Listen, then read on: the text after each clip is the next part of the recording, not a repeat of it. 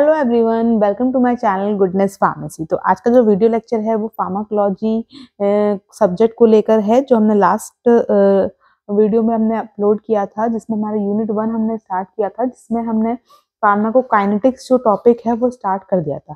ठीक है, तो फार्माकोकाइनेटिक्स में हमने स्टडी किया था ADME। अगर आपने लास्ट वीडियो नहीं देखी है तो मेरे चैनल पे जाके देख लीजिए, उसका लिंक जो है डिस्क्रिप्शन बॉक्स में मेंशन किया है। तो लास्ट वीडियो में क्या स्टडी किया था, हमने बताया था कि फार्माकोलॉजी को बेसिकली दो टाइप में डिवाइड किया गया है, फार्माकोडायनेमिक एंड फार्माकोकाइनेटिक्स। जिसमें हम पहले स्टडी करेंगे फार्माकोकाइनेटिक्स की, जिसमें हमने स्टडी करना है ADME के बारे में, absorption, distribution, metabolism and excretion के बारे में। और हमने AD के बारे में हमने लास्ट वीडियो लेक्चर में डिस्क्राइब कर लिया था, कंप्लीट हो गया था हमारा एब्जॉर्प्शन एंड डिस्ट्रीब्यूशन के बारे में। और इस लेक्चर में हम स्टडी करने वाले हैं अपना मेटाबॉलिज्म एंड एक्सक्रीशन के बारे में। चलिए स्टार्ट करते हैं। सबसे पहले हम बात करते हैं मेटाबॉलिज्म और एक्सक्रीशन होते क्या हैं। जैसा कि हमने स्टडी किया, हमने पहले बताया कि एब्जॉर्प्शन मतलब क्या हो गया कि जैसे ये हमारा GI ट्रैक्ट है, ठीक, ये GI ट्रैक्ट है, ये हमारा स्टमक है, ये हमारा इंटेस्टाइन है और ये एनस है। इस तरीके से GI ट्रैक्ट होता है। जब भी हम कोई ड्रग को ओरल ले रहे हैं, किसी भी रूट से ले रहे हैं, सपोज करिए हम कोई ड्रग को ओरल ले रहे हैं, ठीक, तो पहले ड्रग हमारी क्या थी, एब्जॉर्प्शन होगा। सबसे पहले हमने ड्रग को लिया तो ड्रग हमारी क्या होगी, एब्जॉर्ब होगी। मतलब रूट ऑफ एडमिनिस्ट्रेशन से लेके drug reaches into the blood, वो जो मूवमेंट है ड्रग का, वो हमारा क्या कहलाता है, एब्जॉर्प्शन कहलाता है। ठीक है, इस तरीके से इंटेस्टाइन से एब्जॉर्प्शन हो रहा है, स्टमक से एब्जॉर्प्शन हो रहा है, तो ये हमारा क्या हुआ, एब्जॉर्प्शन हुआ। अब हमारी ड्रग किसमें पहुंच गई, ब्लड में पहुंच गई। उसके बाद में अब ड्रग को क्या करना है, डिस्ट्रीब्यूट होना है, क्योंकि ड्रग को कहाँ जाना है, अपने साइट ऑफ एक्शन पे जाना है। जो भी उसका रिसेप्टर है वहां पे जाके बाइंड करेगा। मान लीजिए ये सेल है, इस पर रिसेप्टर लगे हुए हैं, यहाँ पे जाके ड्रग जो है, ये हमारी ड्रग ब्लड में है, अब ये ड्रग जो है रिसेप्टर पे जाके क्या करेगी, बाइंड करेगी। अब ये ड्रग जब रिसेप्टर पे जाके बाइंड करेगी तो ये क्या होगी, डिस्ट्रीब्यूशन होगा यहाँ पे। ठीक, यहाँ पे क्या होगा, उसका डिस्ट्रीब्यूशन हो जाएगा। अब डिस्ट्रीब्यूशन होने पे क्या होगा कि ये ड्रग अपने साइट ऑफ एक्शन में पहुंच गई, रिसेप्टर पे जाके बाइंड कर गई। अब यहाँ पे वो अपना फार्माकोलॉजिकल एक्शन शो करेगी, मतलब जिस बीमारी के लिए ड्रग दी गई है वो अपना एक्शन यहाँ पर शो कर लेगी, फार्माकोलॉजिकल एक्शन। अब फार्माकोलॉजिकल एक्शन शो हो गया, अब उसके बाद ड्रग का क्या होगा, हमारी बॉडी के अंदर drug is going to be ready for excretion. ठीक है, तो ड्रग को क्या होना है, एक्सक्रीशन। अब इसके बाद ड्रग ने हमारी फार्माकोलॉजिकल एक्शन शो कर लिया। अब ड्रग को क्या करना है, एक्सक्रीट आउट होना है, बॉडी से बाहर निकलना पड़ेगा, अदरवाइज वो टॉक्सिसिटी कॉज करेगी। तो एक्सक्रीशन होने से पहले उसका क्या होगा, कुछ फेस चेंज होगी, जो ड्रग का जो प्रॉपर्टी है, क्योंकि एक्सक्रीशन सारी ड्रग्स का नहीं होता है। ड्रग को एक्सक्रीट आउट होने के लिए कुछ प्रिपेयर होना पड़ता है, या अपने कुछ फेस को चेंज करना पड़ता है। तो जो फेस चेंज होती है तो वो प्रोसेस जो कहलाती है वो हमारी क्या कहलाती है, मेटाबॉलिज्म। Is that clear? तो यहाँ पर क्या हुआ, एब्जॉर्प्शन हुआ पहले ड्रग, फिर डिस्ट्रीब्यूशन हुआ, अपना साइट ऑफ एक्शन शो कर लिया। उसके बाद में उसने फार्माकोलॉजिकल एक्शन शो करने के बाद में ड्रग को एक्सक्रीट होना है। ड्रग को एक्सक्रीट होने से पहले उस फॉर्म, अपने कुछ फॉर्म को चेंज करना पड़ेगा, जिससे उसका एक्सक्रीशन जो है वो अच्छे से हो सके। ठीक है, तो वो जो फॉर्म चेंज करने की जो प्रोसेस होती है, जिसमें ड्रग जो है अपना केमिकली ऑल्टरेशन करती है, अपना केमिकल नेचर को चेंज करती है, पोलैरिटी को इंक्रीज करती है, तो वो ड्रग का जो फेस कहलाता है वो कहलाता है हमारा मेटाबॉलिज्म। अब आप देख लीजिए इसकी डेफिनेशन जो लिखी हुई है, मेटाबॉलिज्म को हम बायो ट्रांसफॉर्मेशन भी बोलते हैं। बायो ट्रांसफॉर्मेशन मतलब क्या होता है, बायो मतलब होता है लिविंग बीइंग। ठीक है, लिविंग बीइंग मतलब ह्यूमन बीइंग। अब ह्यूमन बीइंग के अंदर ट्रांसफॉर्मेशन हो रहा है, मतलब फेस चेंज हो रही है, तो वो हमारा क्या कहलाता है, बायो ट्रांसफॉर्मेशन। ठीक है, तो bio transformation is a chemical alteration of drug in which the active drug are converted into inactive drug और inactive drug is converted into active drug. यहाँ पे दो फेज होती हैं, एक होता है हमारा इनएक्टिव ड्रग, ठीक, एक होता है हमारा एक्टिव ड्रग। अब यहाँ पर हम देखेंगे, अब हम देखें यहाँ पर एक चार्ट के फॉर्म में एक फ्लो चार्ट दे रखा है, जिसके थ्रू समझाया गया है कि ड्रग का मेटाबॉलिज्म कैसे होता है। तो अगर ड्रग हमारी क्या है, एक्टिव फेज में है, ठीक, अगर ड्रग हमारी एक्टिव फेज में है, हमने ड्रग को लिया, ठीक है, तो अब ड्रग को लिया, ड्रग ने अपना एक्शन शो कर लिया, अपना फार्माकोलॉजिकल एक्शन दे दिया। उसके बाद में ड्रग क्या होगी, मेटाबोलाइज होगी। ठीक है, इनएक्टिव हो जाएगी एंड देन एक्सक्रीट हो जाएगी। तो ये नॉर्मल फिनोमेना है जो हमारी बॉडी में हो रहा है इस तरीके से कि ड्रग जो है एक्टिव फॉर्म में थी, देन वो मेटाबॉल अपना एक्शन शो कर लिया, रिसेप्टर पे जाके बाइंड कर लिया, उसको एक्सक्रीशन उसका जो एक्शन है वो शो हो गया, देन ड्रग मेटाबोलाइज होगी, मेटाबोलाइज होने पे क्या होगा, इनएक्टिवेशन हो जाएगा and then drug excrete out हो जाएगी। ये हमारी फर्स्ट कंडीशन है। अगर सेकंड टर्म हम देखें, अगर हमने ड्रग को इनएक्टिव फॉर्म में लिया है, इनएक्टिव फॉर्म ड्रग कौन सी होती है, प्रो ड्रग जिसे हम बोलते हैं। अब प्रो ड्रग क्या होती है, प्रो ड्रग जो है उस ड्रग का इनएक्टिव फॉर्म होता है, ठीक है, हम उस ड्रग को इनएक्टिव फॉर्म में लेते हैं, ठीक है, और वो ड्रग जो है हमारी बॉडी में जाके एक्टिव में कन्वर्ट होती है, क्योंकि उसका कुछ पैलेटेबिलिटी के लिए, उसका एब्जॉर्प्शन इंक्रीज करने के लिए, मतलब इनएक्टिव फॉर्म में वो ड्रग अच्छे से एब्जॉर्ब हो रही है, फिर साइट ऑफ एक्शन पे जाके पहुंच रही है एंड देन ड्रग हमारी बॉडी में जाएगी।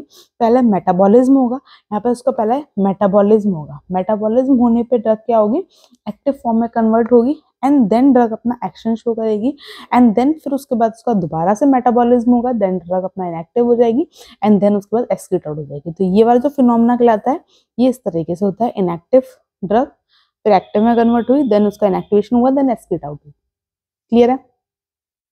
अब कुछ ऐसे भी ड्रग्स होती हैं जो एक्टिव ड्रग फॉर्म में ले रहे हैं, लेकिन मेटाबॉलिज्म होने के पहले वो जाके मेटाबोलाइज होती है, मतलब पहले बॉडी में जाके डिस्ट्रीब्यूट ना होके पहला उसका मेटाबॉलिज्म होगा और वो अपने एक्टिव मेटाबोलाइट्स में कन्वर्ट होगी। मेटाबॉलिज्म का जो प्रोडक्ट होता है उन्हें बोलते हैं मेटाबोलाइट्स। तो एक्टिव ड्रग जो होगी वो एक्टिव मेटाबोलाइट में जाके कन्वर्ट होगी और अपना प्रोलॉन्ग एक्शन जो देगी एंड देन वो अपना एक्शन शो करेगी एंड देन वो उसका फिर से मेटाबॉलिज्म होगा, फिर से इनएक्टिव हो जाएगी एंड देन वो एक्सक्रीट आउट हो जाएगी। तो इस तरीके से जो है हमारा कुछ फेज होती है कि किस तरीके से हमारी जो ड्रग का जो मेटाबॉलिज्म है वो हो रहा है। अब ड्रग का मेटाबॉलिज्म मैंने यहाँ पे बताया कि क्यों हो रहा है, ठीक है। सबसे पहले हमने एक्टिव ड्रग को ये इनएक्टिव ड्रग में कन्वर्ट कर दिया, ठीक, या फिर इनएक्टिव ड्रग को ये एक्टिव ड्रग में कन्वर्ट करती है। जैसे कि इसमें एग्जाम्पल हमने लिया प्रो ड्रग, प्रो ड्रग होती है से लीवोडोपा, एग्जाम्पल के लिए देखें तो लीवोडोपा हमारी पार्किंसन डिसीज में यूज होती है। तो ये लीवोडोपा जो है हमारी प्रो ड्रग है, बॉडी में जाएगी, ब्रेन में जाके डोपामिन में कन्वर्ट हो जाती है, ठीक है। तो ये हमारी क्या है, एक्टिव ड्रग है। क्लियर है। अब थर्ड पॉइंट जो हमारा आता है वो ये आता है ड्रग का नेचर चेंज करने के लिए, ठीक है। लिपोफिलिक ड्रग को हाइड्रोफिलिक ड्रग में कन्वर्ट करने के लिए हम मेटाबॉलिज्म करते हैं। अब आप कहोगे कि यहाँ पे हमने हाइड्रोफिलिक में ही क्यों कन्वर्ट किया। अगर हम बात करें एक्सक्रीशन की, तो एक्सक्रीशन जो होता है वो हमारे अलग अलग फेज से होता है, यूरिन से होता है, ठीक है। अब यूरिन में भी मेनली हमारे किससे होता है, किडनी से होता है। तो मोस्टली जो ड्रग है हमारी किसके थ्रू एक्सक्रीट होती है, यूरिन के थ्रू एक्सक्रीट आउट होती है। लेकिन यूरिन के थ्रू वही ड्रग एक्सक्रीट होती हैं जो कि हाइड्रोफिलिक नेचर की होती हैं। हाइड्रोफिलिक नेचर मतलब क्या होता है, अगर आप मेडिसिनल केमिस्ट्री में पढ़े होंगे, हाइड्रोफिलिक नेचर मतलब होता है जिस ग्रुप में या जिस ड्रग के केमिकल स्ट्रक्चर में OH ग्रुप ज्यादा होते हैं, वाटर मॉलिक्यूल ज्यादा अटैच होते हैं, OH ग्रुप ज्यादा अटैच होते हैं, तो वो हमारी ड्रग हाइड्रोफिलिक नेचर की ज्यादा होती है। तो जो ड्रग हमारी हाइड्रोफिलिक नेचर की है वो तो हमारे यूरिन के थ्रू, किडनी से यूरिन के थ्रू बाहर निकल जाएगी, लेकिन अगर वो ड्रग लिपोफिलिक नेचर की है तो इसका एक्सक्रीशन जो है वो पॉसिबल नहीं है। तो वो क्या होगी, अगर जाएगी तो लिपोफिलिक ड्रग जो होगी जाएगी किडनी से, और किडनी से दोबारा से वो ब्लड में रीएब्जॉर्ब हो जाएगी, यहाँ पे उसका रीएब्जॉर्प्शन हो जाएगा लिपोफिलिक ड्रग का, ठीक है। तो लिपोफिलिक ड्रग जो है वो यूरिन के थ्रू हमारी पास आउट नहीं हो पाएगी। तो इसी रीजन की वजह से मेटाबॉलिज्म जो होता है वो लिपोफिलिक ड्रग को हाइड्रोफिलिक ड्रग में कन्वर्ट करता है, ठीक है। अब हाइड्रोफिलिक ड्रग में कन्वर्ट करेगा, देन उसके बाद उसका जो एक्सक्रीशन है वो इजिली हो जाएगा। तो इस तरीके से जो केमिकल अल्टरेशन होता है ड्रग का, वो हमारे किस प्रोसेस के थ्रू होता है, उस प्रोसेस को बोलते हैं मेटाबॉलिज्म। आई होप आपको क्लियर हुआ कि मेटाबॉलिज्म क्यों कर रहे हैं।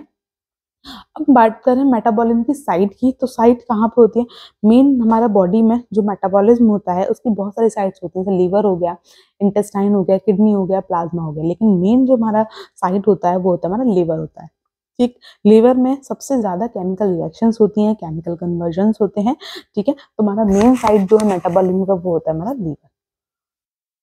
अब लीवर में जो मेटाबॉलिज्म होगा तो वो जो हो रहा है मेटाबॉलिज्म, केमिकल रिएक्शंस हो रही हैं, तो कुछ एंजाइम्स होंगे जिसकी प्रेजेंस में वो केमिकल रिएक्शंस हो रही हैं।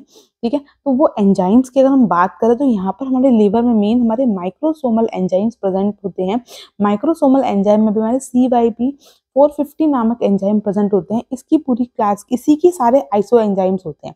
मतलब ये माइक्रोसोमल एंजाइम्स होते हैं जिसकी प्रेजेंस में मेटाबॉलिज्म होता है। और माइक्रोसोमल एंजाइम में हमारा CYP450 है और इसके बहुत सारे iso enzyme, more than 15 to 20 iso enzyme जो होते हैं, जो हमारे लिवर के स्मूथ एंडोप्लाज्मिक रेटिकुलम में प्रेजेंट होते हैं।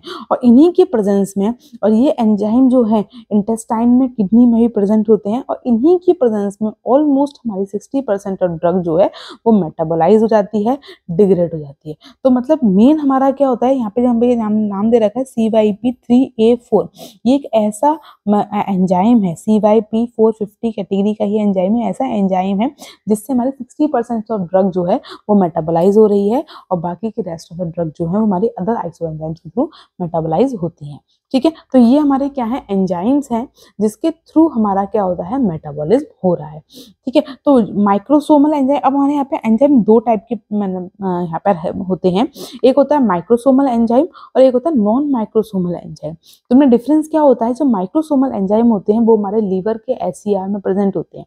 ठीक है, लीवर के स्मूथ एंडोप्लाज्मिक रेटिकुलम में प्रेजेंट होते हैं। और जो नॉन माइक्रोसोमल एंजाइम होते हैं ये हमारे प्रेजेंट होते हैं माइटोकॉन्ड्रिया में, लीवर की माइटोकॉन्ड्रिया में, प्लाज्मा साइटोप्लाज्म में प्रेजेंट होते हैं। जैसे कि इसमें आते हैं मैंने मोनो अमीनो ऑक्सीडेज एंजाइम, माओ जिसे बोलते हैं MAO, साइक्लोऑक्सीजिनेज जिसे हम बोलते हैं COX, एसिटिल कोलिनेस्ट्रेज, जेंधीन ऑक्सीडेज, इसमें ऐसे एंजाइम्स आते हैं। तो ये हमारे कौन से कहलाते हैं, नॉन माइक्रोसोमल एंजाइम। तो इन्हीं एंजाइम्स की प्रेजेंस में जो है हमारे लिवर में या अदर साइट्स पे क्या होता है, हमारा मेटाबॉलिज्म होता है। ठीक, अब हम बात करते हैं नेक्स्ट, मेटाबॉलिज्म जो हो रही है केमिकल रिएक्शंस है। तो केमिकल रिएक्शंस भी कुछ टाइप्स की होती होंगी, कितने टाइप्स की होती हैं, किस तरीके से केमिकल रिएक्शंस होती हैं। तो यहाँ पर हम देखें तो यहाँ पर मेन हमारे दो फेज में केमिकल रिएक्शंस को डिवाइड किया गया है, फेज 1 एंड फेज 2। तो अगर हम बात करें कि अगर हम किसी ड्रग के उसकी बात करें तो ड्रग जो है, जैसे हमारी ये ड्रग का मॉलिक्यूल है, ठीक है, अब ये ड्रग का मॉलिक्यूल जो है वो फेज 1 में मेटाबोलाइज होने के लिए जा रहा है एंड देन उसका क्या हो जाएगा, यहाँ पे एक्सक्रीशन हो जाएगा। इसका आप अच्छे से डायग्राम देख सकते हैं, केडी त्रिपाठी बुक में दे रखा है, उसमें आपको क्लियर देखने को मिलेगा। तो एक ड्रग जो है वो फेज 1 मेटाबॉलिज्म में जा रही है, फेज 1 रिएक्शन में जा रही है, देन उसका एक्सक्रीशन हो रहा है। ठीक है, एंड कुछ ड्रग्स ऐसी भी होती हैं जो डायरेक्टली कहाँ जाती हैं, फेज 2 में जाती हैं एंड देन उसका एक्सक्रीशन हो जाता है। और कुछ ड्रग्स ऐसी भी होती हैं जो फेज 1 में भी जाती हैं एंड देन उसके बाद फेज 2 में भी जाती हैं एंड देन उसका एक्सक्रीशन होता है। तो इस तरीके से हमारी ड्रग की मेटाबॉलिज्म होती है दो फेज, बेसिकली हमारी दो फेज में होती है, फेज 1 एंड फेज 2। अब फेज 1 की बात करें और फेज 2 की बात, अब फेज 1 और फेज 2 में पहले हम डिफरेंस समझ लेते हैं कि फेज 1 और फेज 2 रिएक्शंस होती क्या है। अब जनरली क्या होती है, फेज 1 रिएक्शंस पे हमारी जनरली आती है ऑक्सीडेशन, ठीक है, रिडक्शन, जो बेसिक केमिकल रिएक्शंस होती हैं, ऑक्सीडेशन, रिडक्शन, हाइड्रोलिसिस, तो ये हमारी कौन सी होती है, फेज 1 रिएक्शंस होती हैं। और हमारी जो फेज 2 रिएक्शंस होती हैं इसमें आती है हमारी कॉन्जुगेशन रिएक्शंस। तो कॉन्जुगेशन रिएक्शंस क्या होती हैं, कॉन्जुगेशन में क्या होता है, एक अदर मॉलिक्यूल आके अपने ड्रग मॉलिक्यूल से, हमारा ड्रग का मॉलिक्यूल है, ये हमारा कोई अदर मॉलिक्यूल है, मान लो हमारा ग्लूकोज का मॉलिक्यूल है, ठीक है, तो ड्रग के मॉलिक्यूल से ग्लूकोज का मॉलिक्यूल आके अटैच हो जाता है, कॉन्जुगेट कर जाता है और उसके स्ट्रक्चर को चेंज कर देता है। जब इसका स्ट्रक्चर चेंज हो जाएगा तो क्या होगा, अगर ड्रग बाई चांस हमारी बॉडी में रीअब्सॉर्ब भी हो गई, ठीक है, ड्रग बाई चांस हमारी ब्लड में रीअब्सॉर्ब भी होगी, तो क्या वो अपने रिसेप्टर पे आके बाइंड कर पाएगी, क्योंकि इस ड्रग का स्ट्रक्चर चेंज हो गया तो रिसेप्टर पे आके बाइंड नहीं कर पाएगी, तो फिर दोबारा से वो अपना एक्सक्रीशन होने के लिए रेडी हो जाएगी। तो इसे हम बोलते हैं कॉन्जुगेशन रिएक्शन। तो ऐसी कुछ ड्रग्स पहले जो फेज 1 में जाती हैं, और फेज 1 में भी ऐसा होता है कि मोस्टली ड्रग्स ऐसी होती हैं जो फेज 1 में रिएक्शन जाने के बाद भी एक्सक्रीशन नहीं हो पाता है, लेकिन फेज 2 रिएक्शन ऐसे रिएक्शन होते हैं जिसके बाद एक्सक्रीशन होना ही होना है, ड्रग की फेज चेंज हो जाती है और ड्रग हमारी एक्सक्रीशन के लिए रेडी हो जाती है। क्लियर हुआ? तो कुछ ड्रग ऐसी भी होती है जो फेज 1 से फेज 2 में भी जाती हैं, कुछ ड्रग डायरेक्ट फेज 2 में जाती हैं, कुछ ड्रग्स डायरेक्ट फेज 1 में जाती हैं। अब आपको अब आपको सोच में आ रहा होगा, दिमाग में आ रहा होगा कि कौन सी ड्रग जो है हमारी फेज 1 में जाएगी, कौन सी ड्रग फेज 2 में जाएगी। वो हमें कैसे पता चलेगा, ड्रग को कैसे पता चलेगा कि उसे फेज 1 में जाना है कि फेज 2 में जाना है। क्लियर है। तो वो ड्रग के केमिकल नेचर पे डिपेंड करता है कि ड्रग में कौन सा मोइटी प्रेजेंट है, कौन सा फंक्शनल ग्रुप प्रेजेंट है, उसके बेसिस पे, जैसा कि हम आगे बताएंगे। अब देखिए पहले हम बात करते हैं फेज 1 रिएक्शन की, जिसमें हम नॉन सिंथेटिक रिएक्शंस भी बोलते हैं। तो बेसिकली इसमें हमारे 5 टाइप्स होते हैं, ऑक्सीडेशन, रिडक्शन, हाइड्रोलिसिस, साइक्लाइजेशन और डीसाइक्लाइजेशन। तो इसमें क्या होता है, ऑक्सीडेशन, सिंपल ड्रग हमारी ऑक्सीडाइज हो जाती है, ठीक है। Addition of the oxygen atom and removal of the hydrogen atom, it is called oxidation. तो ड्रग का ऑक्सीजनेशन हो जाता है या फिर हाइड्रोक्सिलेशन हो जाता है। सेकेंड, ड्रग का रिडक्शन, ड्रग हमारा रिड्यूस जाती है, उसमें हाइड्रोजन एटम ऐड हो जाता है या फिर ऑक्सीजन एटम रिमूव हो जाता है, उसे बोलते हैं रिडक्शन, ठीक। नेक्स्ट होता है हाइड्रोलिसिस। हाइड्रोलिसिस में क्या होता है, addition of a water molecule add हो जाएगा। और ड्रग का वैसे हमारा ईस्टर है, ईस्टर से वाटर मॉलिक्यूल ऐड होकर ईस्टरेज एंड प्रेजेंस में एसिड और एल्कोहल में वो ब्रेक हो जाएगा। क्लियर है। इसके बाद आता है साइक्लाइजेशन और डीसाइक्लाइजेशन। साइक्लाइजेशन मतलब क्या होता है, formation of ring structure from stage compound. मान लीजिए अगर हमारी ड्रग का स्ट्रक्चर जो है वो ओपन चेन रिएक्शन है, ठीक है। अब इसका साइक्लाइजेशन हो जाएगा, मतलब ये साइकिल में कन्वर्ट हो जाएगी। ये 4 हमारे कार्बन का है, ये straight chain reaction, straight chain है। अब ये साइकिल में कन्वर्ट हो जाएगी, मतलब हमारे 4 कार्बन ब्यूटेन का रूप ले लेंगे, ठीक है। तो ये साइक्लाइजेशन हो गया, तो इसे बोलते हैं साइक्लाइजेशन, स्ट्रेट चेन से साइकिल में कन्वर्ट होना।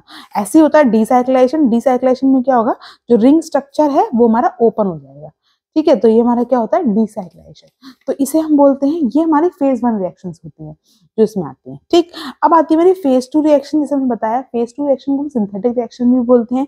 इसमें हमारा कॉन्जुगेशन होता है, ठीक है। या तो फेज 1 के मेटाबोलाइट से कॉन्जुगेशन होगा या फिर ड्रग के साथ कॉन्जुगेशन होगा। और ड्रग कॉन्जुगेशन करने के लिए हमारे कौन कौन से मॉलिक्यूल्स होते हैं हमारी बॉडी में, अमीनो एसिड होकर, कार्बोहाइड्रेट्स होकर, जिसके थ्रू वो ड्रग मॉलिक्यूल से वो कॉन्जुगेट करते हैं, अटैच होते हैं, ठीक। अब कॉन्जुगेशन रिएक्शन में हमारी डिफरेंट डिफरेंट रिएक्शंस आती हैं। इसमें हमारी फर्स्ट रिएक्शन आती है हमारी ग्लूकोरनाइड कॉन्जुगेशन। ग्लूकोरनाइड कॉन्जुगेशन मतलब क्या होता है कि ग्लूकोरनाइड, नाम से पता चल रहा है ग्लूकोरनाइड मतलब यहाँ पे क्या है, ग्लूकोज का मॉलिक्यूल है, एक कार्बोहाइड्रेट का मॉलिक्यूल है, या फिर ऐसा मॉलिक्यूल जो ग्लूकोज से ड्राइव हुआ है। तो वही है, यहाँ पर क्या होता है, ड्रग के मॉलिक्यूल से हमारा ग्लूकोज का मॉलिक्यूल या ग्लूकोर्निक एसिड जो है वो अटैच हो जाता है, तो उसे हम बोलते हैं ग्लूकोरनाइड कॉन्जुगेशन। जैसे एग्जाम्पल के लिए हमारी पैरासिटामोल हो गई, डायजीपाम हो गया, एस्पिरिन हो गया, ये हमारे ग्लूकोरनाइड कॉन्जुगेशन में जाते हैं, ठीक। इसके बाद हमारी नेक्स्ट रिएक्शन आती है, हमारी सेकंड रिएक्शन आती है हमारी एसिटाइलेशन। एसिटाइलेशन क्या होता है कि एसिटाइल ग्रुप का अटैच होना। एसिटाइलेशन मतलब एसिटाइल ग्रुप का अटैच होना। अब वो ड्रग्स जिसमें हमारा अमीन ग्रुप या फिर हाइड्राजीन ग्रुप प्रेजेंट है, अमीन मतलब जिस ड्रग के मॉलिक्यूल में NH2 ग्रुप या फिर हमारा NH2 ये हमारा हाइड्राजीन है, ठीक है। ये दोनों मॉलिक्यूल मोइटी या फंक्शनल ग्रुप प्रेजेंट होते हैं, तो उन ड्रग मॉलिक्यूल का क्या होता है, एसिटाइलेशन होता है इन the presence of acetyl coenzyme A enzyme की प्रेजेंस में। जैसे एग्जांपल के लिए ड्रग का एग्जांपल दे दिया हमने, सल्फोनामाइड, आइसोनियाजेड एंड डेप्सोन, ये हमारी एसिटाइलेशन करती है। क्लियर है। इसके बाद नेक्स्ट आता है हमारा मिथाइलेशन। मिथाइलेशन क्या होता है, मिथाइलेशन मतलब addition of the methyl group, तो वो हमारा क्या हो गया, मिथाइलेशन हो गया in the presence of enzyme, methyl transferase के एंजाइम की प्रेजेंस में। अब जिन ड्रग मॉलिक्यूल में हमारा अमीन ग्रुप और फिनॉल ग्रुप, अमीन ग्रुप मतलब NH2 ग्रुप और फिनॉल ग्रुप मतलब OH ग्रुप, ठीक है, C6H5, ये बेंजीन रिंग में जो OH लगा है ये हमारा फिनॉल ग्रुप, ये ग्रुप अटैच होते हैं, तो वो हमारे कौन से, वो ड्रग हमारी मिथाइलेशन में जाती हैं, ठीक है। उसमें क्या होता है, मिथाइल ग्रुप आके अटैच हो जाता है, एग्जाम्पल के लिए एडेनिन, हिस्टामिन, ठीक। नेक्स्ट आता है हमारा सल्फेट कॉन्जुगेशन। सल्फेट कॉन्जुगेशन में क्या होता है कि इसमें हमारा सल्फेट ग्रुप आके अटैच होता है। सल्फेट ग्रुप क्या होता है, SO4, आप लोग मेडिसिन केमिस्ट्री डिटेल में पढ़ेंगे, SO4 in the presence of sulpho transferase enzyme के प्रेजेंस में। अब इसमें कौन से हमारे ड्रग मॉलिक्यूल जाते हैं इस कॉन्जुगेशन में, जिस वाले ड्रग में हमारा फिनोलिक कंपाउंड्स प्रेजेंट होते हैं वो हमारे सल्फेट कॉन्जुगेशन में जाते हैं। एग्जाम्पल के लिए क्लोरामफेनिकॉल ड्रग हो गई हमारी, मिथाइल डोपा हो गया, ठीक। लास्ट आता है हमारा ग्लाइसिन कॉन्जुगेशन। ग्लाइसिन कॉन्जुगेशन क्या होता है? ग्लाइसिन एक अमीनो एसिड है, ठीक है, आपको पता होगा। तो ग्लाइसिन एक अमीनो एसिड है, तो उसमें ग्लाइसिन का अमीनो एसिड जो हमें ड्रग के मॉलिक्यूल से जाके अटैच हो जाता है। एग्जाम्पल के लिए जैसे सैलिसिलेट्स हो गया, निकोटिनिक एसिड हो गया, वो हमारे इस कॉन्जुगेशन में जाते हैं। और जिस ड्रग मॉलिक्यूल में हमारा कार्बोक्सिलिक एसिड ग्रुप प्रेजेंट होता है, COOH ग्रुप प्रेजेंट होता है, वो हमारे ग्लाइसिन कॉन्जुगेशन में जाते हैं, ठीक। अब ये हमारे क्या हो गए? कॉन्जुगेशन रिएक्शंस हो गए। तो इसी तरह से हमने बताया कि हमारी जो ड्रग है वो 2 फेज में मेटाबॉलिज्म करती है, phase 1 reactions and phase 2 reactions. I hope आपको दोनों ही रिएक्शंस जो होंगे वो क्लियर हो गई होंगी। क्लियर है? तो ये हमारा मेटाबॉलिज्म था। अब यहाँ पे कुछ टर्म दे रखा है एंजाइम के बारे में, ठीक। यहाँ पे कुछ टर्म दे रखे हैं एंजाइम के बारे में। तो एंजाइम कुछ ऐसे भी होते हैं जो हमारी बॉडी में प्रेजेंट है, मेटाबॉलिज्म कर रहे हैं। तो ये जो ड्रग्स होती हैं जो क्या करती हैं, इन एंजाइम्स की एंजाइम इंडक्शन, मतलब कुछ ऐसी ड्रग्स होती हैं जो एंजाइम के एक्शन को इंड्यूस कर देते हैं। मतलब जो भी हम ड्रग ले रहे हैं वो एंजाइम के जो एक्शन है उसको बढ़ा रहे हैं, उसे बोलते हैं एंजाइम इंडक्शन। जैसे कि यहाँ पर लिखा हुआ है, some drugs increase the synthesis of microsomal enzymes and increase their activity are called enzyme inducers. जैसे यहाँ पे एग्जांपल दे रखे हैं, कुछ एग्जांपल है एंजाइम इंड्यूसर के हैं, रिफैम्पिसिन, कार्बामाजिपिन एंड बार्बिटूरेट्स। ये हमारे एंजाइम इंड्यूसर्स है। ऐसे ही होते हैं हमारे एंजाइम इनहिबिटर्स। ऐसे एंजाइम्स या ऐसे ड्रग्स जो एंजाइम की एक्टिविटी को इनहिबिट कर रही हैं वो हमारे एंजाइम इनहिबिटर। मतलब आप सोच सकते हैं कि जो भी हम ड्रग खा रहे हैं वो ड्रग हमारे बॉडी में जो एंजाइम है जो हमारे मेटाबॉलिज्म करने में हेल्प कर रहे हैं, उस ड्रग की एक्टिविटी को भी अफेक्ट कर रही है, या फिर उसे इंड्यूस कर रही है या उसे इनहिबिट कर रही है, ठीक है। तो वो हमारे एंजाइम इंड्यूसर्स कहलाते हैं, एंजाइम इनहिबिटर्स कहलाते हैं। तो एंजाइम इनहिबिटर्स में कुछ ड्रग्स एरिथ्रोमाइसिन है, ये एंजाइम की एक्टिविटी को इनहिबिट करती है, क्लेरिथ्रोमाइसिन, वैल्प्रोइक एसिड, ये सब आप डिटेल में आगे जाके पढ़ने वाले हैं, ठीक है। तो आप इतना ही, आपको एक टर्म है सिंपल आपको पता होना चाहिए कि एंजाइम इंड्यूसर्स क्या होते हैं, एंजाइम इनहिबिटर्स क्या होते हैं। ऐसे ही यहाँ पर एक टर्म दे रखा है फर्स्ट पास मेटाबॉलिज्म, जिसे हम बोलते हैं प्री सिस्टेमिक मेटाबॉलिज्म। ये आपको पता होना चाहिए क्योंकि ये आपका बेसिक है कि फर्स्ट पास मेटाबॉलिज्म क्या होता है। देखिए, फर्स्ट पास मेटाबॉलिज्म की अगर हम बात करें तो इसमें हमने बताया था जीआईटी ट्रैक्ट के बारे में, ठीक। तो जीआईटी ट्रैक्ट में हमने बताया था कि जैसे यहाँ पर देखिए, जैसे हमने बताया नॉर्मली हम आपका जो रूट रहता है ड्रग का वो क्या रहता है कि ड्रग हमने ओरली ली, ठीक है, देन वो हमारे स्टमक से कहाँ गई? इंटेस्टाइन में गई। इंटेस्टाइन में जाके कहाँ जाएगी? वो ब्लड में जाएगी। तो ड्रग का क्या हो गया? एब्जॉर्प्शन हो गया, ठीक। फिर उसके बाद ड्रग जो होगी वह डिस्ट्रीब्यूट होगी, अपने रिसेप्टर पे जाके बाइंड करेगी, ठीक है, अपना फार्माकोलॉजिकल एक्शन शो करेगी, एंड देन ड्रग हमारी मेटाबोलाइज होगी, एंड देन ड्रग हमारी एक्सक्रीट आउट हो जाएगी। ये हमारा नॉर्मल फिनोमेना होता है कि पहले ड्रग ब्लड में जाएगी, देन डिस्ट्रीब्यूट होगी, देन उसका मेटाबॉलिज्म होगा। अब यहाँ पर क्या होता है? First pass metabolism. First pass metabolism में क्या होता है? पहले ड्रग का मेटाबॉलिज्म होता है। मतलब ड्रग हमारे ओरल हमने ली, स्टमक में गई, स्टमक से या फिर इंटेस्टाइन से एक वेन जाती है डायरेक्टली टू द लिवर, जिसे हम बोलते हैं पोर्टल वेन।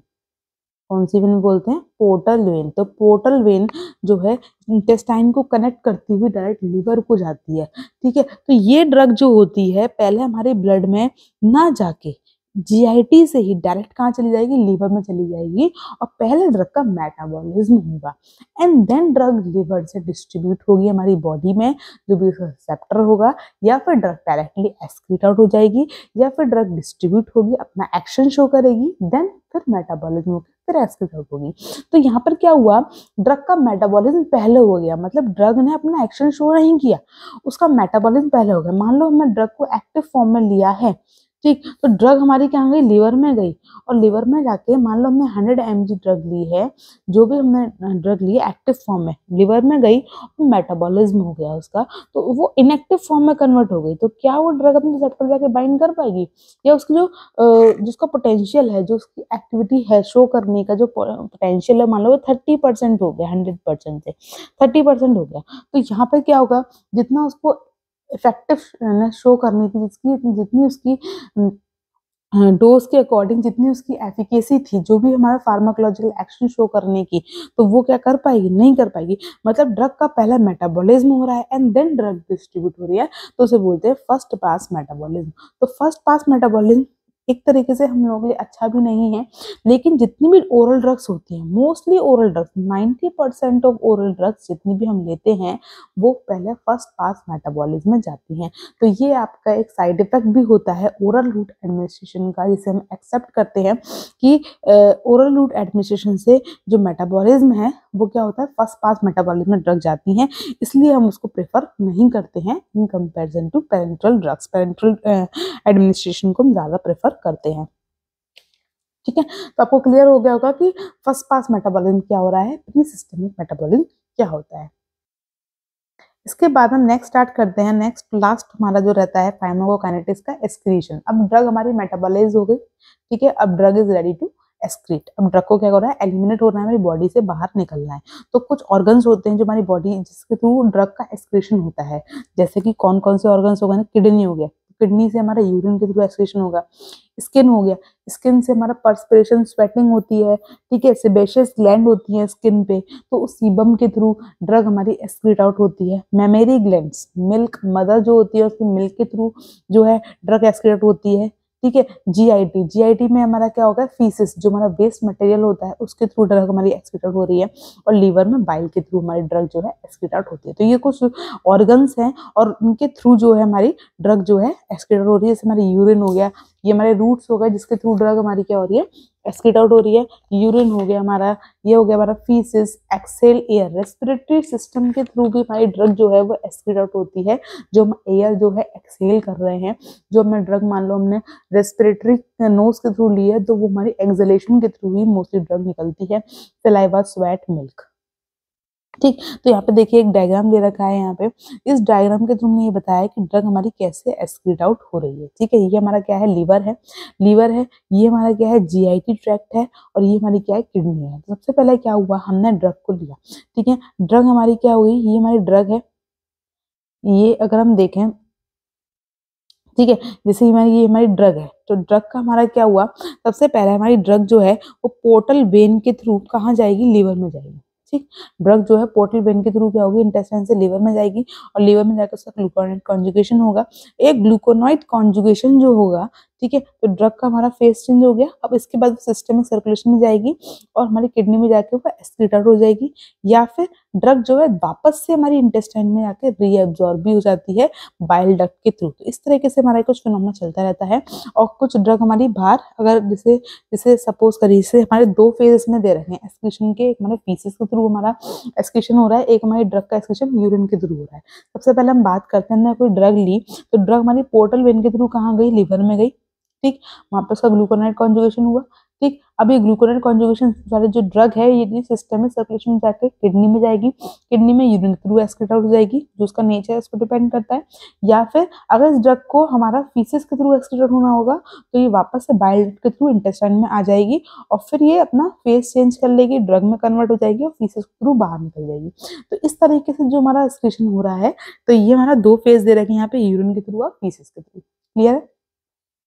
अब हम बात करते हैं ड्रग का जो मूवमेंट हो रहा है फॉर द एलिमिनेशन, कि हमारा ड्रग जो है एलिमिनेट हो रही है, तो किस रेट से ड्रग हमारी एलिमिनेट हो रही है। मान लीजिए मैं 100 mg ड्रग ली है, तो ऐसा तो नहीं कि 100 mg ड्रग ली तो 100 mg ही पूरी बॉडी से एक साथ बाहर निकल गई, ऐसा तो होगा नहीं। तो कुछ रेट होती है जिस रेट से हमारी ड्रग जो है वो बाहर निकलती है, पहले 10% निकला या 20% निकला, इस तरीके से कुछ रेट से हमारी ड्रग बाहर निकलेगी, बॉडी से एलिमिनेट होगी, तो उसे हम बोलते हैं काइनेटिक्स ऑफ ड्रग एलिमिनेशन, कि किस पैटर्न से, किस रेट से हमारी ड्रग जो है वो बॉडी से बाहर एक्सक्रीट आउट हो रही है। तो अगर इसमें बात करें तो एलिमिनेशन हमारे 3 काइनेटिक्स में बताया गया है, first order kinetic, zero order kinetic and mixed order kinetics, ठीक। इसमें इसे हम पहले पढ़ने से पहले सबसे पहले हम टर्म की बात करेंगे। एक टर्म होता है क्लियरेंस। क्लियरेंस क्या होता है, clearance is the drug, it is a theoretical volume of plasma from which the drug is completely remove in a unit time. मतलब कितने वॉल्यूम ऑफ प्लाज्मा में से हमारी ड्रग जो है एक पर्टिकुलर टाइम में बॉडी से बाहर निकल रही है, तो ये हमारा क्या है, क्लियरेंस है। जैसे कि मैं बताती हूँ आपको कि क्लियरेंस क्या है। जैसे कि हम बात करें क्लियरेंस की,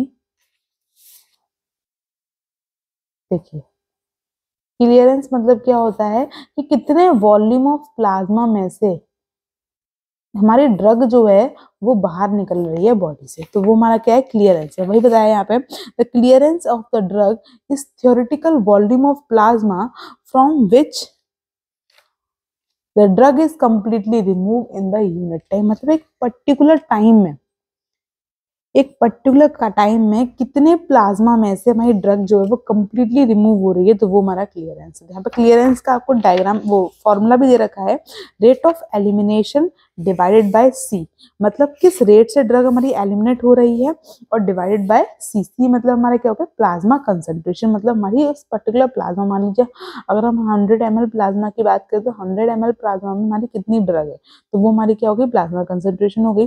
रेट ऑफ एलिमिनेशन मतलब क्या हो गया कि 100 ml प्लाज्मा से हमारी किस रेट से ड्रग एलिमिनेट कर रही है। मतलब ये मान लीजिए कि 1 घंटे में 100 ml प्लाज्मा में से हमारी ड्रग 50 mg बाहर निकली, तो ये हमारी रेट हो गई। नेक्स्ट वाले से 50 mg बाहर निकलेगी, तो नेक्स्ट 1 आवर में, तो ये 50 mg 50 क्या होगी, रेट हो गई। तो वो हमारा क्या है, रेट ऑफ एलिमिनेशन। तो कितने वॉल्यूम ऑफ प्लाज्मा में से हमारी ड्रग जो है वो कम्प्लीटली रिमूव हो रही है पर्टिकुलर टाइम में, उसे बोलते हैं क्लियरेंस। क्लियर है। अब हम बात करते हैं काइनेटिक्स की। क्लियरेंस एक टर्म था जो आपको पता होना चाहिए क्लियरेंस क्या होता है। ठीक, अब हम बात करते हैं काइनेटिक्स की। सबसे पहले हम बात करते हैं first order kinetics. First order kinetics क्या होता है, मेजॉरिटी ड्रग जो है इस काइनेटिक्स को यूज करती है। तो इसमें क्या होता है कि कांस्टेंट फ्रैक्शन ड्रग जो है बॉडी से बाहर निकलेगी। एग्जाम्पल के लिए हम देखें, देखिए 100 माइक्रोग्राम पर ml, मतलब प्लाज्मा के कंसंट्रेशन, मतलब 1 ml प्लाज्मा में हमारी ड्रग की कंसंट्रेशन क्या है, 100 माइक्रोग्राम है। ठीक है, तो एक पर्टिकुलर कंसंट्रेशन, मतलब एक पर्टिकुलर टाइम में 50% जो है ड्रग को बाहर निकलना है। तो यहाँ पर क्या होता है, एक पर्टिकुलर फ्रैक्शन जो है वो कांस्टेंट रहता है कि इतने अमाउंट ऑफ ड्रग को हमारी बॉडी से बाहर निकलना, मतलब पर्टिकुलर फ्रैक्शन इसमें जो है वो हमारा कांस्टेंट रहता है एक पर्टिकुलर टाइम में। If the concentration of drug is increases in plasma, तो प्रोपोर्शनलिटी जो होती है वो भी इंक्रीज जाती है। जैसे एग्जाम्पल के लिए हमने दिया 100 माइक्रोग्राम हमारा क्या है पर ml में कंसंट्रेशन है। ठीक है, तो 1 घंटे में इसका 50% बाहर निकलेगा, तो इसका 50% कितना हो गया, 50 माइक्रोग्राम।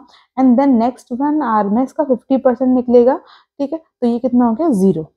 अगर इसका प्रपोर्शन बढ़ा दें, इसको 200 कर दें, तो नेक्स्ट 1 आवर में कितना हो जाएगा, 100, और नेक्स्ट 1 आवर में कितना हो जाएगा, 50।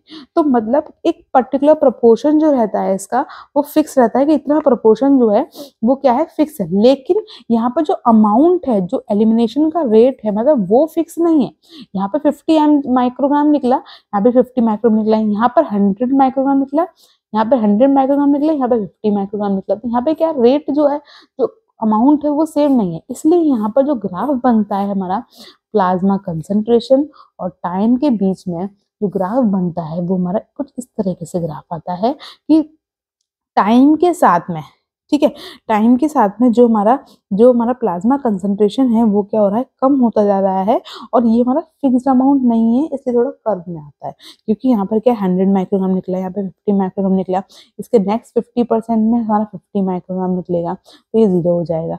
तो मतलब यहाँ पे कुछ फिक्स नहीं है, यहाँ पर क्या है 50 निकला, यहाँ पे 50 निकला, तो ये कुछ फिक्स नहीं है, तो ये इसलिए यहाँ पर कुछ कर्व में आता है। तो ये हमारा क्या है, हमारा फर्स्ट ऑर्डर काइनेटिक्स, जिसमें कांस्टेंट फ्रैक्शन होता है लेकिन अमाउंट जो है वो फिक्स नहीं होता है। तो ये हमारी क्या होती है, फर्स्ट ऑर्डर काइनेटिक्स होती है। क्लियर है। इसके बाद हम नेक्स्ट बात करते हैं जीरो ऑर्डर काइनेटिक्स की। अब जीरो ऑर्डर काइनेटिक्स क्या होती है, कांस्टेंट फिक्स्ड क्वांटिटी। अब इसमें क्या होता है कि क्वांटिटी जो है वो फिक्स रहती है। ठीक है, जैसे कि मान लीजिए 100 माइक्रोग्राम पर ml है, तो 50 माइक्रोग्राम हर घंटे में निकलेगा। तो ये अमाउंट जो है वो फिक्स है कि 50 निकलेगा तो 50 बचा, फिर 50 निकलेगा तो निल हो जाएगा। अगर हम इसको बढ़ा दिए 200 में 50 निकलेगा तो 150 बचा, फिर 50 निकलेगा तो 100 बचा। तो यहाँ पर क्या था, इस वाले में क्या था, परसेंटेज फ्रैक्शन हमारा फिक्स था लेकिन अमाउंट फिक्स नहीं था। यहाँ पर क्या होता है, अमाउंट फिक्स होता है कि इतना ड्रग जो है हमारी बॉडी से बाहर निकलेगी। तो यहाँ पर जो ग्राफ बनता है हमारा प्लाज्मा कंसंट्रेशन और टाइम का, वो कुछ इस तरीके से बनता है।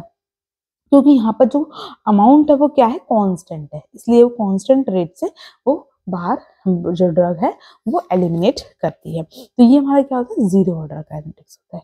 आई होप आपको दोनों में डिफरेंस समझ में आया होगा।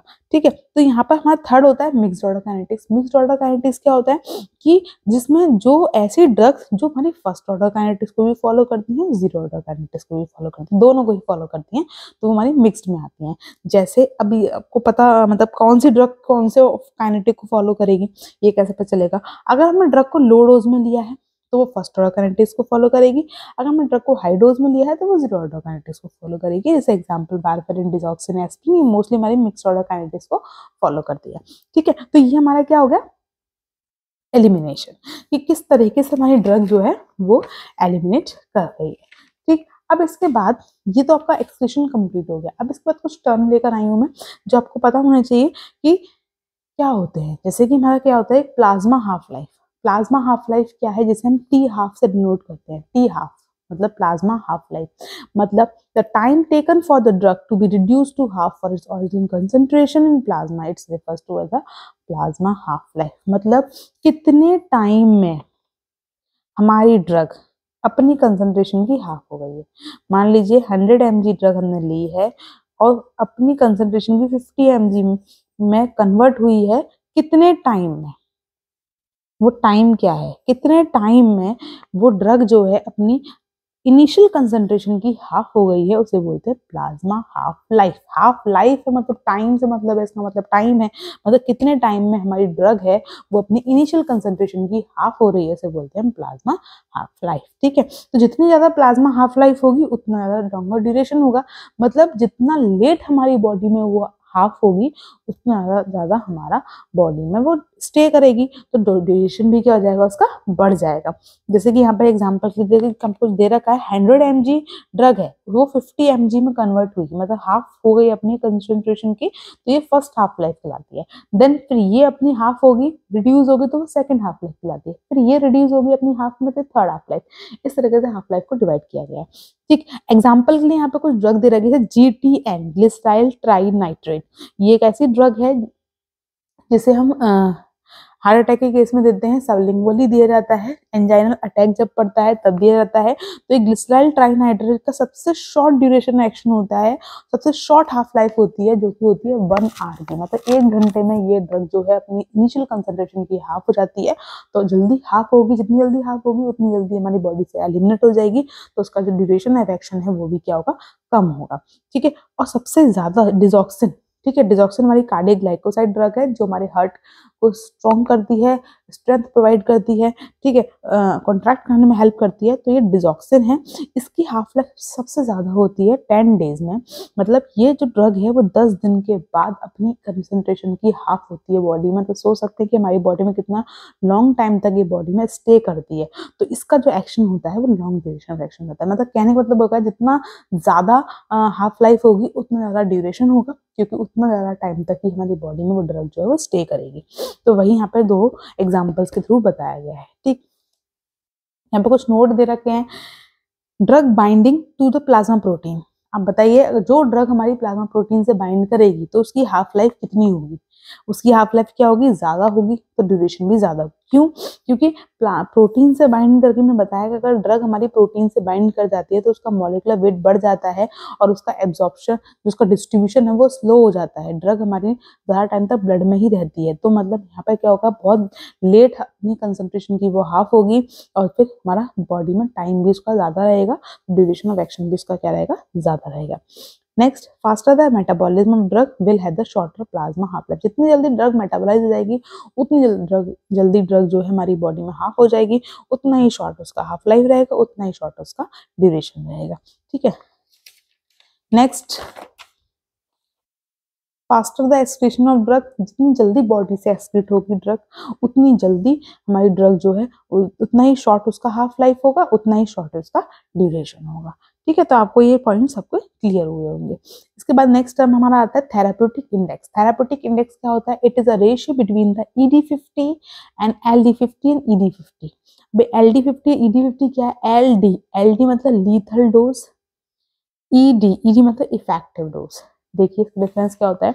लीथल डोज क्या होती है? LD50 क्या है हमारी लीथल डोज क्या है? लीथल मतलब क्या होता है? हार्मफुल। लीथल मतलब क्या होता है, हार्मफुल, ठीक है। और 50 मतलब क्या होता है, 50% पॉपुलेशन, मतलब कितना अमाउंट हमारी ड्रग का 50% पॉपुलेशन को हार्म कर रहा है, किल कर रहा है, हार्म कर रहा है, तो वो हमारा क्या है, लीथल डोज है। मतलब हमने 100 पीपल पे हम काम कर रहे हैं, ठीक है। हम मान लीजिए 100 पीपल को एक ड्रग दी है, मान लीजिए हमने उसको 500 mg ड्रग दी है 100 पीपल को, ठीक है। तो कितने, मतलब 500 mg ने अगर हमारे 50 पीपल को किल कर दिया या हार्म पहुंचा दिया, तो ये 500 mg हमारी क्या हो गई, लीथल डोज हो गई, ठीक है। मतलब 500 mg हमारी टॉक्सिक डोज हो गई, जो हमारी हार्मफुल है हमारे लिए, मतलब हमें इससे कम कंसंट्रेशन पे जाना है, ठीक है। अगर ऐसे ही हमारा क्या होता है, ED50, ED मतलब क्या होता है, इफेक्टिव डोज, मतलब कितना कंसंट्रेशन हमारी ड्रग का वो 50% पॉपुलेशन पे इफेक्ट शो कर रहा है, अपना फार्माकोलॉजिकल एक्शन शो कर रहा है, तो वो हमारा क्या होगा, ED50 होगा। एग्जाम्पल के लिए से हमने देखा, हमने हमने जो है 100 mg ड्रग दी है 100 पीपल्स को, ठीक है। इन 100 पीपल्स में से 20 पीपल में तो इसने अपना एक्शन शो कर दिया।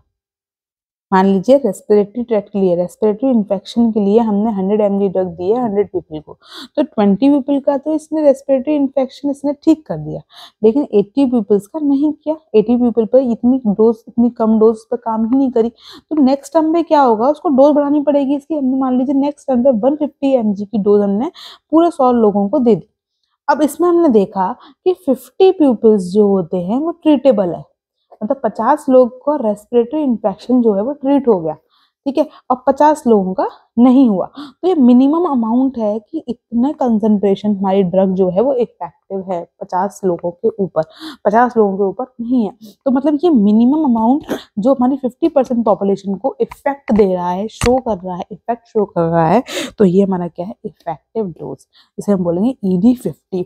तो इसी के अकॉर्डिंग हम कैलकुलेट करते हैं therapeutic index, which is the ratio between the LD50 and ED50। This is called the therapeutic index. I hope आपको क्लियर हुआ होगा ये दोनों टर्म्स, LD50 क्या होता है, ED50 क्या होता है।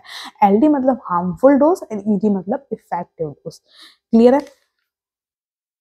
तो आपका ये कंप्लीट हो गया है एक्सक्रीशन। फार्माकोकाइनेटिक्स वाला पॉइंट हमने स्टार्ट किया था। आपका यूनिट 1 जो, अगर हम फार्माकोलॉजी 1 फोर्थ सेमेस्टर का सिलेबस देखें, उसका यूनिट 1 देखें, तो यूनिट 1 जो है आपका कंप्लीट हो गया है, जिसमें हमने स्टडी किया introduction of pharmacology, routes of drug administration, pharmacokinetics parameters, absorption, distribution, metabolism, excretion. अगर आपने वीडियो लेक्चर्स नहीं देखे हैं तो आप मेरे चैनल पर जाकर देख सकते हैं। इसकी प्लेलिस्ट जो है मैंने डिस्क्रिप्शन बॉक्स में अटैच कर दी है, आई बटन पे क्लिक करिए, आपको सारे इसके वीडियो लेक्चर है वो मिल जाएंगे, ठीक है। अगर कोई भी डाउट रहता है तो आप मुझसे मैसेज में पूछ सकते हैं। इसके नोट्स जो हैं वो PDF फॉर्म में टेलीग्राम ग्रुप में गुडनेस फार्मेसी के नाम से है, उस पर अटैच कर दिए गए हैं, आप वहां जाकर इसको देख सकते हैं। चलिए मिलते हैं नेक्स्ट लेक्चर में। इसके बाद हम नेक्स्ट लेक्चर में यूनिट 2 स्टार्ट करने वाले हैं, तो बने रहिए चैनल के साथ में, और अगर चैनल पर नए हैं तो चैनल को सब्सक्राइब कर देना, वीडियो को लाइक कर देना। चलिए मिलते हैं नेक्स्ट लेक्चर में, तब तक के लिए गुड बाय।